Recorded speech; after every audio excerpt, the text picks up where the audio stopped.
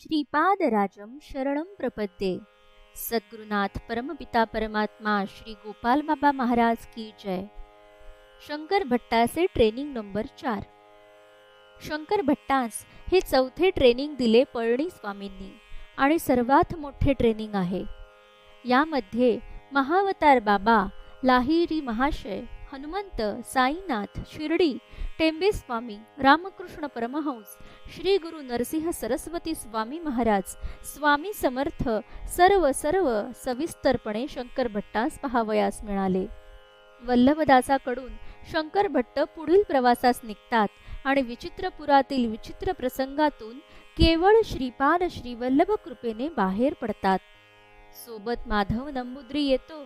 तामिळनाडूत चिदंबरमच्या अलीकडे पर्वतराजीमध्ये ते पळणी स्वामींना भेटतात आणि 2 आठवडे त्यांच्या सहवासात राहतात। जणू काही श्रीपादांनी 15 दिवसांचा प्रॅक्टिकल कॅम्प ठेवलाय। इथले ट्रेनर पळणी स्वामी हे दर 300 वर्षांनी नवीन शरीर धारण करणारे आहेत।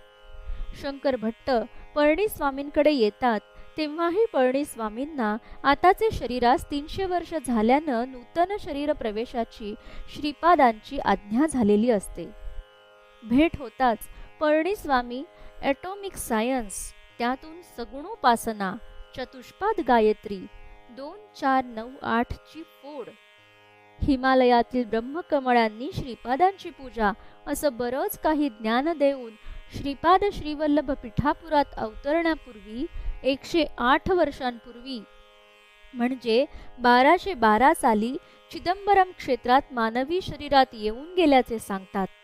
गंमत पहा, श्रीपाद श्रीवल्लभ लौकिक दृष्टीने तेलुगू भाषिक, शंकर भट्ट कन्नड भाषिक, पळणी स्वामी तमिळ भाषिक। मग त्या काळी संवाद कसा साधला गेला? संवाद साधला जायचा तो संस्कृत भाषेत।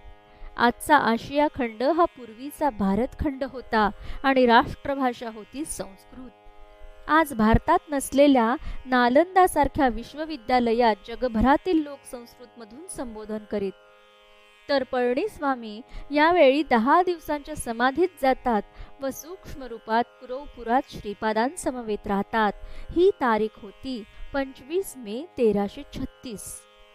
या 10 दिवसात श्रीपादांचा श्री गुरु नरसिंह सरस्वती अवतार संकल्प, श्रीपादांची गुप्त राहण्याची इच्छा, वासवी कन्यकांबेने त्यांना अजून काही वर्षे थांबवणे, अवतार गुप्त केल्यावर काही शतकांनंतर पिठापुरात अवधूत रूपात येऊन भक्तांच्या कल्याणासाठी तेथेच समाधिस्थ होणे, सद्गुरुनाथ परमपिता परमात्मा श्री गोपाल बाबा महाराज पिठापूर, जॉनचे कुरोपुरात येणे, विश्वसंख्या आकाशात दिसणे, येशू ध्रुव असणे, साई बाबा अवतरण, मक्केश्वर, माणिक प्रभूंकडून 2 खारका प्रसाद, शिर्डीतील गुरुस्थानी 1 वर्ष तप करणे, टेंबे स्वामी पिठापूर आगमन, त्यांनी साईबाबांना नारळ पाठविणे, राजमुंद्री येथील मातुळ घराण्याकडून श्रीपाद चरित्र न मिळणे, टेंबे स्वामींकडून पिठापुरात श्रीपाद पादुका स्थापनेत यशस्वी न होणे,